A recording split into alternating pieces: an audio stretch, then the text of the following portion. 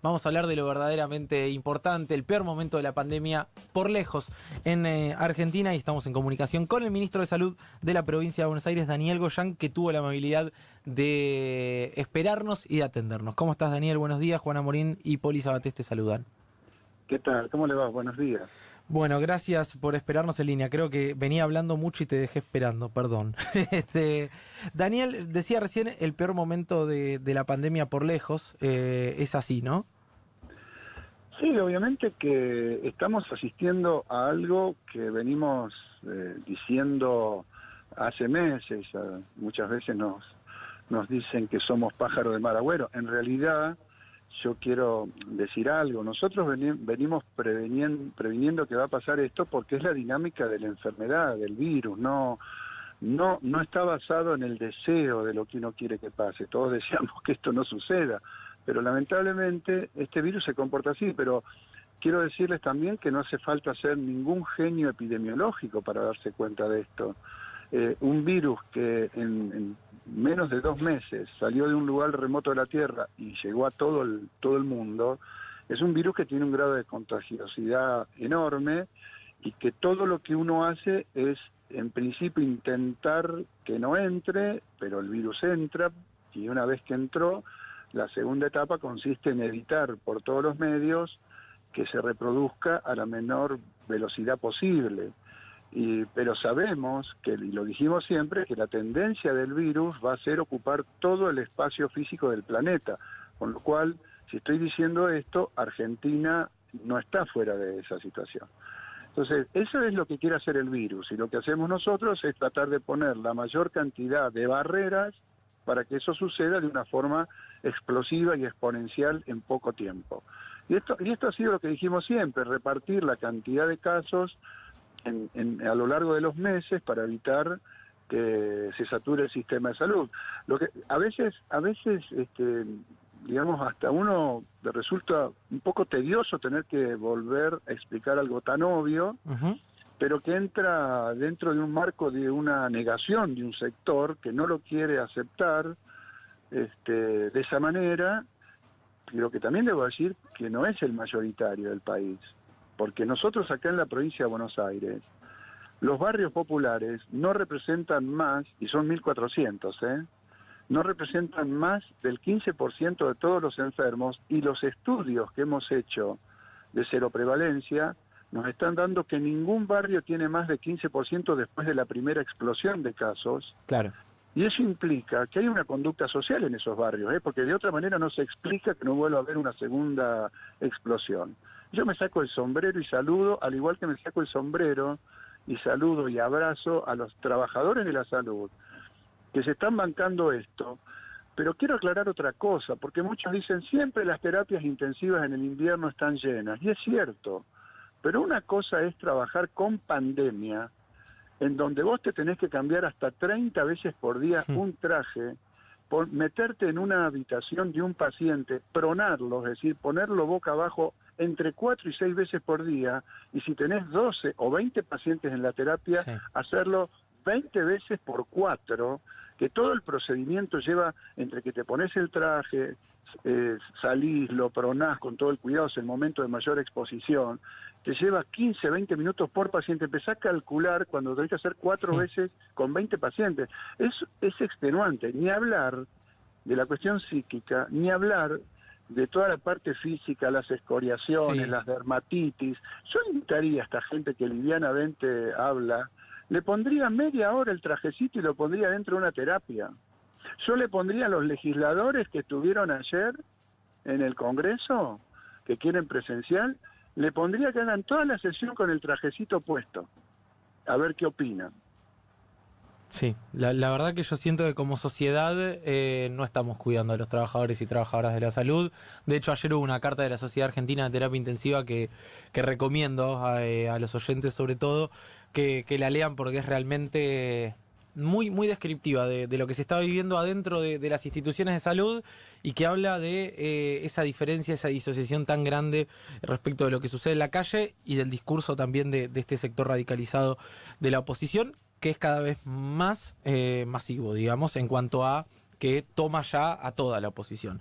Daniel, en este sentido, justamente, yo hace un rato decía, cuando decía que íbamos a charlar con vos, que en su momento vos dijiste, che, miren que si se disparan los casos en Buenos Aires y en la ciudad, se van a disparar en Córdoba, en Santa Fe, bueno, particularmente en Rosario y demás, y que los medios te habían de nuevo atacado. El doctor Muerte. El doctor Muerte, claro. Bueno, Pichetto te dijo el doctor Muerte, cierto. Bueno, y dicho y hecho, sucedió. Pero vuelvo a decir, no hace falta ser un genio para darse cuenta que si vos tenés 16 millones de personas en el AMBA y vas liberando acciones, la cantidad de interacciones que se producen entre personas que impactan luego en el resto del país y de la provincia, crece en forma, no quiero usar la palabra exponencial porque es ya gastada, pero en forma dramática, porque todas las interacciones que se van generando, el presidente siempre dice, el país en general, por su conformación histórica, compra acá, viene a buscar los insumos acá, los grandes empresas, los grandes puertos, los grandes mercados, están acá, con lo cual se van generando interacciones sin necesidad siquiera de que un bonaerense vaya hasta Rosario, pero ese bonaerense interactúa con el de Zárate con el de San Nicolás,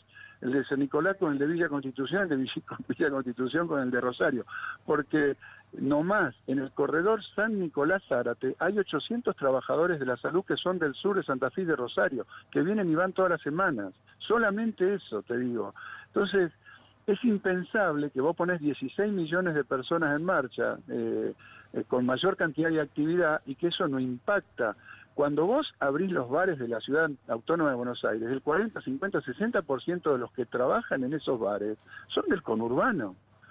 Interactúan con gente que son más del interior, interactúan con policías que después tienen que ir a trabajar a otros lados, con médicos que tienen que ir a trabajar a otros lados. No hay que ser muy inteligente ni un gran epidemiólogo para darse cuenta. Claro. Es el sentido común. Esto iba a suceder, es lo esperable en términos de la dinámica de cómo trabaja esta enfermedad. No hay otra cosa, no hay deseo, no hay magia, es así. Entonces, poner todo lo posible para las barreras para que esto no suceda rápidamente y preparar el sistema sanitario. Ahora, si la gente no lo ve y no acompaña masivamente o mucha cantidad sale a tener actividades sociales, yo planteo una cosa, yo entiendo el tipo que tiene que salir a trabajar y veo cómo hago para tratar de cubrirlo.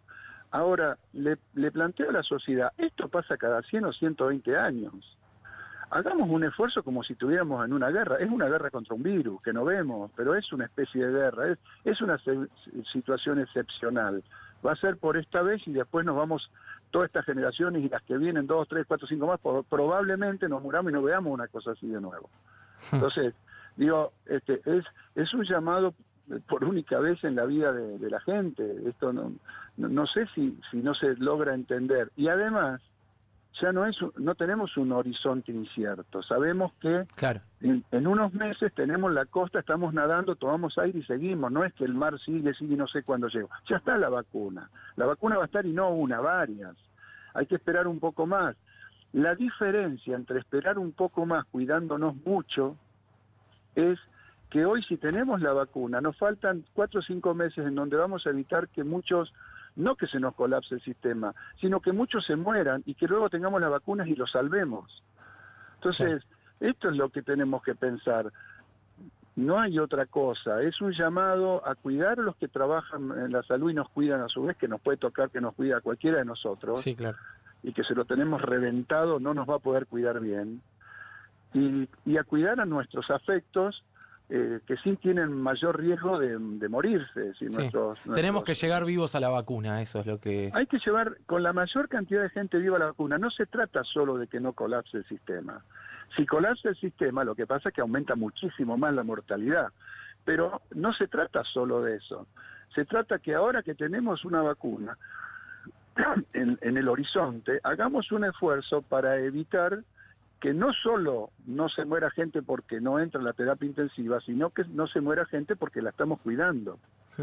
Daniel, ¿qué tal? ¿Cómo te va? Paula Sabates te saluda. Entiendo, a ver, corregime, pero vos decís que tendríamos que estar en una fase, ya no sé en realidad si hablar de fases, pero una fase anterior, o está bien, digamos, las libertades, por así decirlo, que hay por parte de las disposiciones sanitarias, pero la gente se está aprovechando, digamos. Hay gente que no está cumpliendo. Si uno toma el de base, que no tenemos, que está restringido a 1/3 el global del movimiento de transporte, incluso en el subte mucho menos y en los trenes menos, de promedio está a 1/3 de lo que es en la normalidad. Ahí tenemos una inmovilización interesante. No funcionan las escuelas, no funcionan las universidades, no funcionan los espectáculos masivos, la administración pública trabaja un 30-40%, el resto es teletrabajo. En el sector privado pasa lo mismo, mucha gente está trabajando en teletrabajo. Hay una inmovilización de base que si la cumplimos férreamente, en estas condiciones podemos mantener actividades productivas que son las más necesarias. Ahora, si yo pongo en juego que no puedo sobrevivir a esto porque no puedo jugar al golf, o porque no puedo salir... yo escucho los argumentos de que no podemos salir a hacer actividad física. Y yo sé que es buena la actividad física. ¿Quién puede negar eso? Pero es una falacia la discusión. Estamos diciendo, no vamos a hacer toda la actividad física que quisiéramos durante un tiempo porque hay una pandemia. Es lo mismo que si hubiera una guerra. No salgo a correr si están bombardeando. Ahí me cuido. Entonces digo, de lo que se trata es de pensar que es una cuestión transitoria, excepcional en la historia, y que luego voy a volver a toda la actividad física, pero saquemos aquello que realmente no es estrictamente imprescindible. Es mentira que por no hacer 4 o 5 meses la gimnasia que hacemos habitualmente, aeróbica, nuestra salud se va a empeorar de por vida. No es así. No es así. Eso sería si lo vamos a hacer como hábito de por vida, de que ya no voy a hacer más actividad física. Pero no hacer unos meses por una situación excepcional no es una cuestión que va a agravar tremendamente mi salud. Entonces, digo, dejen de mentir porque se dice, la actividad física es salud. Pucha, verdad de perogrullo que la actividad física. Estamos pidiendo, no hagamos cosas de más en un momento excepcional por única vez, nada más. Después vamos a volver a correr todo lo que querramos. Daniel, ¿crees que va a ser necesario volver a algunas restricciones en algún momento si los casos siguen aumentando? Porque yo coincido, como vos decías, a mayor cantidad de gente circulando, indudablemente va a haber mayor circulación del virus, es inevitable eso. Yo creo que sobre la base de estas 4 o 5 cosas que hoy no se hacen, si las cumplimos y las seguimos manteniendo lo más posible, actividades de movilización fuerte, sobre esa base, si no agregamos mayores actividades que no sean imprescindibles, podemos llegar a la vacuna en condiciones más o menos normales. Ahora, si seguimos agregando movilidad, eso no va a suceder. Por lo tanto, de acá en más, sobre esa base de que no se puede hacer, el resto de lo que se puede hacer o no deberá, nosotros pensamos, pasar a una etapa de sacar la palabra cuarentena de por medio y empezar a pasar a la palabra protocolos, ¿no? Protocolos estrictos, pero controlados. Vamos a ver si eso es posible, cómo se puede hacer, pero obviamente que sobre la base de esas 4 o 5 actividades, a los israelíes se confiaron porque son una sociedad muy organizada, muy militarizada, bajaron los casos en forma espectacular, se confiaron, abrieron las escuelas, las universidades y la curva se le fue al diablo. Incluso hubo una autocrítica formal del gobierno israelí por haber hecho eso. Bueno, tomemos esas experiencias, no tan lejos también. Acá se han abierto en algunos lugares las escuelas y a los 15 días tuvieron que cerrar. Caso San Juan. Sí. Y la última, Daniel, ¿qué te pasa cuando escuchás a referentes de la oposición desalentar, digamos, las medidas o compararlo con un estado de sitio o decir que esto es una infectadura, no me acuerdo ahora el término nuevo, pero hay una suerte de dictadura sanitaria y demás, y alentar, por ejemplo, las sesiones presenciales o las manifestaciones? Bueno, por eso yo le propondría a los diputados que se pongan el traje de protección personal para cuidarse, porque no pueden estar en un lugar cerrado, tantos, pero que se pongan todo el trajecito que usan los médicos terapistas y se banquen una sesión de 8 o 10 horas con eso, con el barbijo, con la máscara, con el overol, todo el tiempo, sin tomar agua, sin nada, porque obviamente si estás con el barbijo, con todo en la sesión no vas a poder.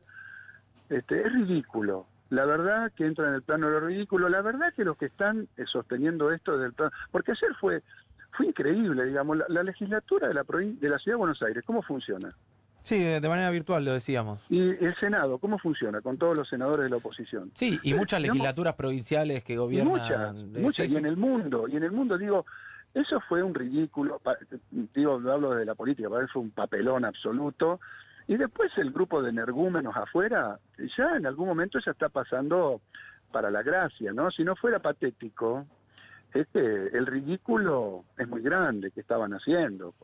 Realmente es una ridiculez inmensa, porque además era muy poquita gente, ínfima cantidad de gente, que están absolutamente alienados, con una cuestión que uno es preocupante desde el punto de vista de constatar nuevamente que las derechas, en el fondo y siempre, han sido violentas en nuestro país.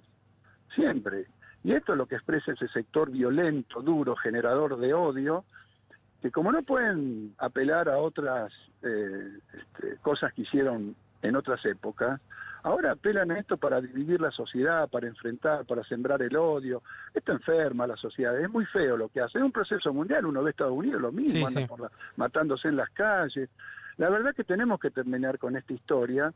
Ahora, por suerte, creo que lo de ayer fue muy ridículo, creo que ha generado bastante problemas en el interior de la oposición. Personalmente creo eso, porque la verdad que fue un ridículo, fue un papelón, y la verdad que ver, no sé, yo creo que mucha de la gente que está ahí, más allá del odio y de lo político que uno no subestima, necesitamos una atención psiquiátrica y psicológica importante, porque uno escucha el mensaje y a veces es absolutamente contradictorio. El que dice uno, lo que dice uno y el que está al lado, y lo que dice la misma persona.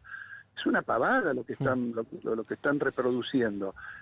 Así que bueno, la verdad que lo único bueno es que eran 3 gatos locos que estaban ahí, ¿no? Daniel Goyan, muchas gracias por la comunicación, un abrazo. No, por favor, gracias a ustedes. Hasta luego. Era el ministro de Salud de la provincia de Buenos Aires, Daniel Goyan, que pasaba en Crónica Anunciada.